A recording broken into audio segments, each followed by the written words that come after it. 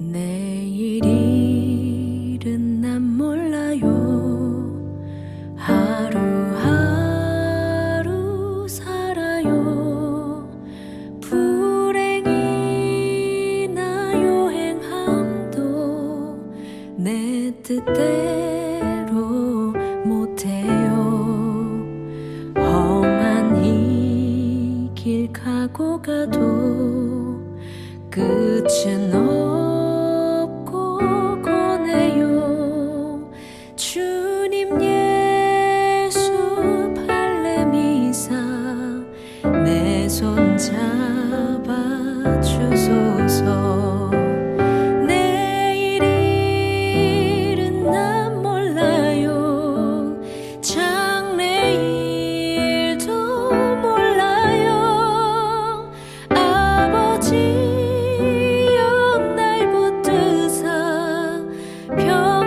평탄한 길 주옵소서.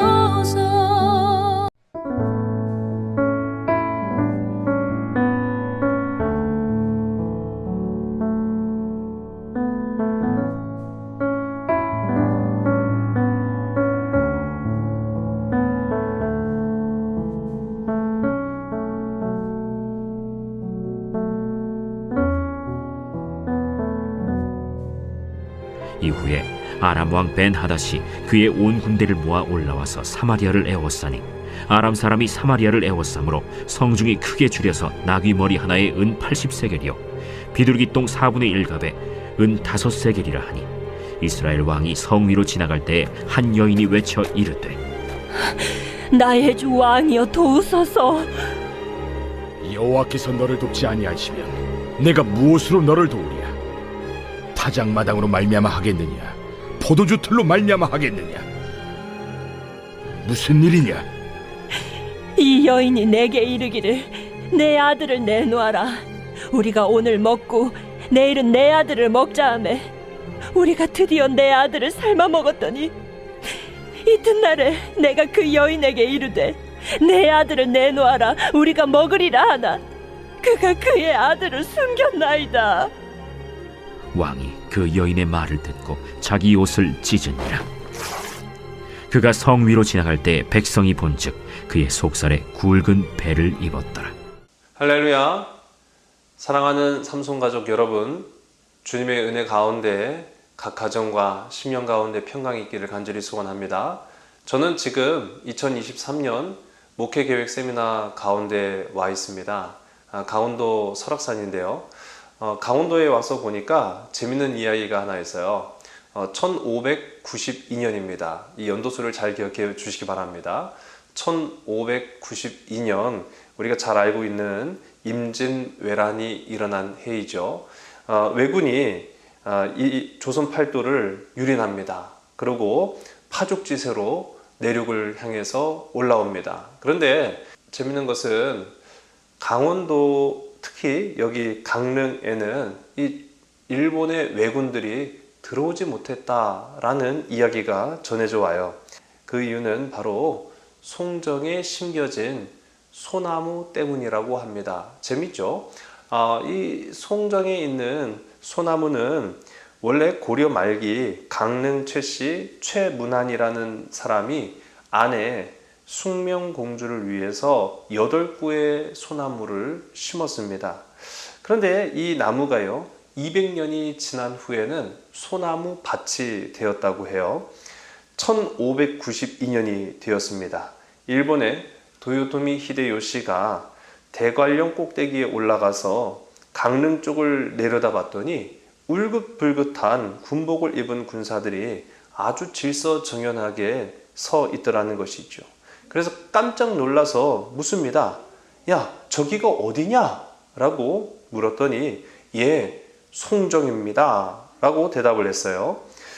우리가 올 것을 알고 미리 준비하다니 우리는 그만 돌아가자 라고 해서 말머리를 돌렸다고 합니다.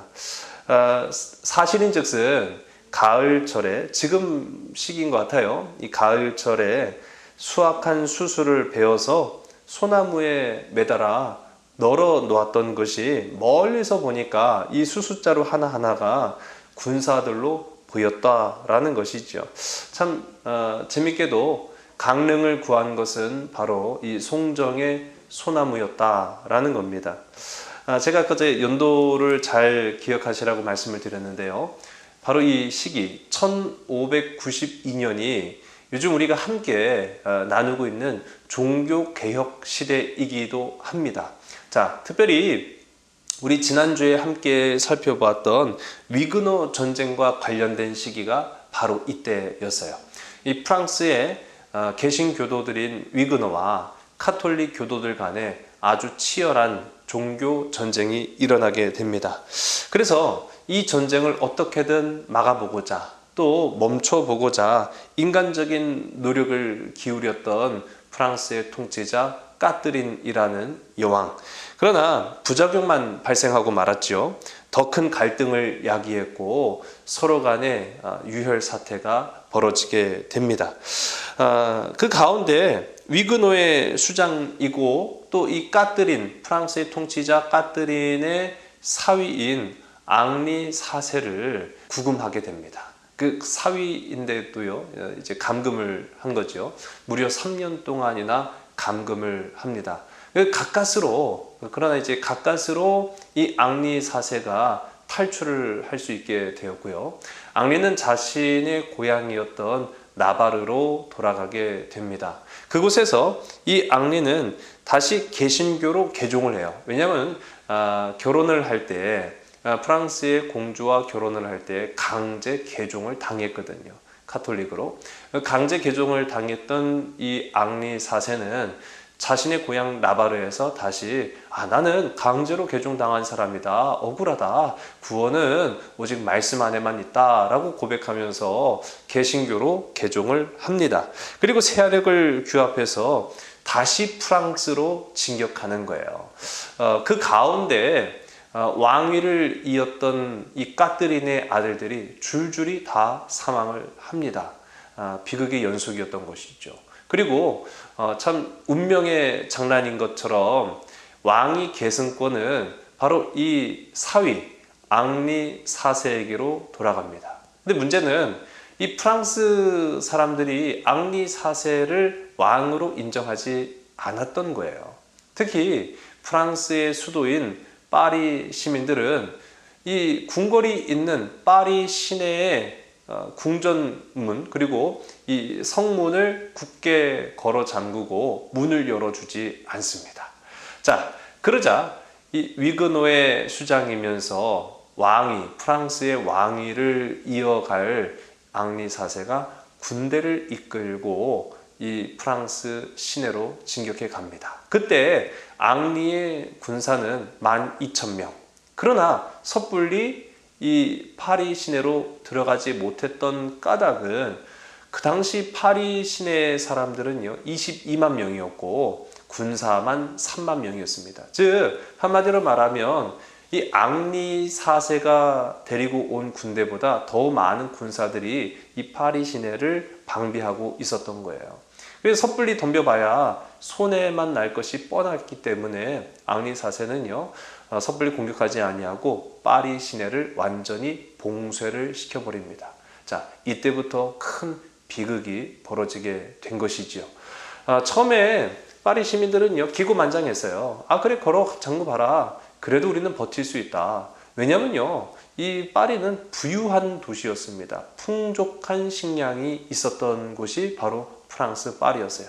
자, 그런데 한 가지 그들이 간과한 사실이 있습니다. 이 파리의 시민들이 무려 22만 명이라고 했잖아요. 이 22만 명을 먹일 수 있는 식량이 상당했다라는 것입니다. 그래서 금방 식량이 고갈되고 말아요. 그리고 나서 한 달, 두 달, 세 달, 네 달, 무려 6개월간을 고립무원의 상태로 이 파리가 봉쇄가 됩니다. 서서히 사람들은요 굶주려 가기 시작했고 음식을 찾아 헤맵니다. 마침내는 이 파리 시내에 돌아다니는 개와 고양이를 잡아먹었다고 해요. 사실 유럽 사람들은 개와 고양이를 반려동물로 오랫동안 생각해 왔기 때문에 식용을 하지 않았거든요. 근데 그랬던 이 프랑스 사람들이 개와 고양이를 잡아먹습니다. 그것도 떨어지니까 이제는 무엇을 찾아 헤맸을까요? 생쥐를 먹고 쓰레기통을 뒤지고 참새를 잡아먹고 곤충을 먹습니다. 참 비참하죠. 그런 지경에 이르기까지 그들은 절대로 우리는 개신교의 왕을 우리의 임금으로 인정할 수 없다라고 이야기하면서 문을 열어주지 않습니다. 자, 굶주린 사람들의 시선은 어디로 돌아갔을까요? 네, 그렇습니다. 결국은 인간을 봅니다. 거리에 돌아다니는 아이들을 사냥합니다. 이보다 더 비참한 일이 어디 있겠어요? 아이들을 사냥을 하는데요. 그러자 이제 소문이 났죠. 아이들이 거리에도 이제 더 이상 돌아다니지 않습니다. 삭막해진 파리 시내는 그야말로 그 자체가 무덤이었습니다. 사람들은 더 이상 이 배고픔을 견디지 못해서 아주 기이한 생각을 하게 된 거예요. 바로 기이한 쿠키, 기이한 빵을 만들어 먹기 시작합니다. 그것은 바로 이미 죽어서 묻힌 사람들의 시신을 꺼내요. 유골이 된 시체의 뼈를 갈아서 가루를 만들고 그것을 물에 익혀서 쿠키로 구워 먹거나 빵으로 만들어 먹습니다. 그런데 생각해 보세요. 그게 어떻게 빵이 될 수 있겠고 그게 어떻게 쿠키가 될 수 있고 식량이 될 수 있겠습니까? 배고픔을 모면하고자 한 짓이었지만 그걸 먹은 많은 사람들이요 병들어 죽기 시작합니다. 사람들은 아우성치기 시작했어요. 이 일로 인해서 파리에 살고 있던 사람들 가운데 4만 명이 굶어 죽었다는 기록이 있습니다. 자, 결과는 어땠을까요? 마침내 파리 시민들은요, 그 굳게 닫힌 성문을 열었습니다. 근데 이유는, 보다 못한 앙리 4세가, 야, 차라리 내가 다시 개종을 할게 라고 고백을 합니다. 그래서 앙리 4세가 다시 카톨릭으로 개종하자 그제서야 이 파리 시민들이 봉쇄되었던 굳게 닫혔던 성문을 열어 이 앙리 4세를 그들의 왕으로 인정하게 됩니다. 자, 그런 과정 속에 참 놀라운 사실은요, 마침내는 비록 자신은 카톨릭으로 다시 개종을 했지만은 종교적 평화를 그리고 이 전쟁을 종식시키기 위해서 앙리 4세는 낭트 칙령을 공포합니다. 이 낭트 칙령을 통해서 위그노의 개신교의 신앙의 자유도 일부 인정한다라고 이야기함으로써 30년이 넘게 벌어졌던 그 비극적인 이 종교 전쟁의 종식을 선포하게 된 것이죠. 근데 여기에서 재밌는 부분이 오히려 파리 안에 있던 수없이 많은 카톨릭 교도들이 위그노로 개종을 했다라는 거예요. 이유인즉슨 우리가 그렇게 6개월 이상 굶주리고 심지어는 식인을 할 정도로 비참해 있을 때 왜 카톨릭은 우리를 구원해 주지 않았느냐라고 하는 것이 이유였다라고 합니다. 자, 오늘 공교롭게도 우리가 함께 나눈 이 말씀 열왕기상 6장 24절서부터 30절의 말씀을 보게 되면은요, 아람 왕 벤하닷이 북이스라엘의 사마리아 성을 포위하는 사건이 이뤄지게 됩니다. 성을 봉쇄했다라는 것은요, 굉장히 비참한 일이거든요. 그래서 오늘 우리가 함께 나눈 본문의 말씀 25절의 말씀 보면은 나귀 머리가 은 80세겔에 거래되었다라고 이야기합니다. 아니, 물론 우리가 나귀를 늘 잡아먹는 건 아니겠지만은요, 평상시에는 먹지도 않은, 심지어는 나귀를 먹을 일도 흔치 않거든요. 그런데 이 나귀를 잡아먹을 정도로 비참한 이들이 그 나귀 머리 하나를 차지하기 위해서 무려 은 80세겔, 이거 상당한 비용입니다. 상당한 비용을 치렀다. 심지어는 비둘기똥을 거래했다라고도 이야기합니다. 비둘기똥을 뭐해서 먹으려고 했을까? 아마 이것도 다 먹으려고 했겠죠. 여러분의 상상에 맡깁니다. 마침내는 우리가 함께 읽은 28절과 29절에 한 여인이 북이스라엘의 왕에게 하소연합니다. 이런 일이 있습니다. 어떻게 하면 좋겠습니까? 라고 하는데 그 사건이 바로 너무나도 끔찍한 식인 사건이었죠. 너희 아이를 먼저 잡아먹고 우리 아이도 잡아먹자. 그래서 울며 자신의 아이를 잡아 먹은 거예요. 그런데 너희 아이도 잡아먹자라고 했더니 아이를 숨겨놓았습니다. 이 비참한 상황을 어떻게 합니까? 근데 어떻게 해요? 왕도 해결해 줄 수 없는 거예요. 왕도 이 문제 앞에서 무기력할 수밖에 없습니다. 그러면서 왜 이 일이 이루어졌는가라는 것을 생각할 때 이 북이스라엘의 왕은 선지자 엘리사와 하나님 앞에 책임을 전가하고 있습니다. 왜 전에는 아람 군대가 오기 전에 다 엘리사를 통해서 알려주시고 막아주시고 또 준비하게 하셨는데 왜 이 비극을 하나님 알려주시지 않았습니까? 왜 엘리사는 무엇하고 있습니까? 라고 하면서 하소연을 합니다. 자, 왜 그럴까요? 저는요, 이유는 분명합니다. 북이스라엘이 하나님의 구원의 손길을 통해서 지금까지 지켜지고 보호함을 받았음에도 불구하고 여전히 하나님을 경외하지 않았기 때문이다 라는 것이죠. 공의와 정의로 나라를 다스려야 함에도 불구하고 하나님의 은혜를 깨닫지 못하였다라는 사실이죠. 저는 이 부분에서 한 가지 우리가 기억할 것이 있습니다. 말씀이 없으면 반드시 비극이 찾아오기 마련이다 라는 것이죠. 말씀이 그들 안에 뿌리를 내렸더라면, 그래서 지금까지 보호하시고 역사하시고 내 삶을 지키시고 인도하신 분이 살아계신 하나님이심을 안다면 과연 그들은 어떤 삶을 살아야 될까요? 하나님의 자녀로서의 삶을 살아가는 겁니다. 열매 맺는 삶을 살아가는 것입니다. 선하고 아름다운 일들을 감당하는 그런 비전 있는 삶으로 받게 되는 것입니다. 그런데 그들의 삶은 바뀌지도 변하지도 않았습니다. 그 말씀 안에 뿌리를 잘 내리고 자라고 또 다시 뿌리를 내리고 열매를 맺어서 믿음의 숲을 이루었더라고 한다면 이와 같은 비극은 일어나지 않았을 것이다 라는 것이죠. 제가 앞서도 말씀드렸던 이 임진왜란 시대에 강원도 강릉을 구한 것은요, 8그루의 소나무에 불과했다라는 것, 참 재미있는 사연 아닙니까? 송정의 그 8그루 나무가요, 200년이 지나 거대한 소나무 숲을 이루어서 이 지역을 지켜냈던 귀한 나무가 되었다라는 것입니다. 사랑하는 여러분, 남은 3일 동안도 여러분의 삶 속에 나는 과연 어디에 뿌리를 내리고 있는가? 나는 하나님의 은혜를 받은 자인가?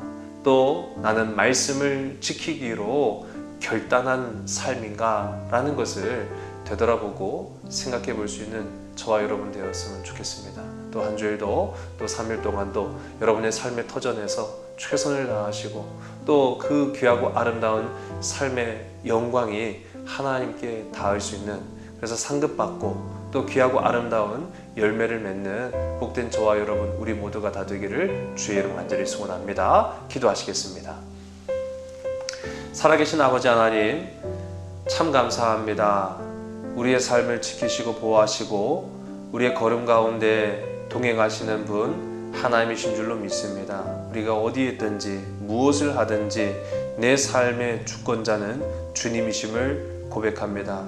역사의 순간순간마다 찾아오는 그 비극과 아픔은 하나님을 알 때와 하나님을 알지 못하였을 때로 구분되었음을 보게 됩니다. 오늘 우리의 삶을 지키시고 보호하시는 분은 말씀으로 내게 찾아오시고 성령의 은혜로 내게 물붓듯 부어주시는 주님의 은혜인 줄로 믿습니다. 아버지, 모든 이들의 가정과 심령과 저들의 사역의 터전 가운데에서 주님을 의지하고 주의 말씀을 통하여서 뿌리를 내릴 수 있는 복되고 아름다운 우리 모든 믿음의 심령들 되게 인도하여 주시옵소서. 모든 것 주께 온전히 의탁하오며 참사랑 되시는 나사렛 예수 그리스도 이름으로 감사하며 간절히 기도드렸사옵나이다. 아멘.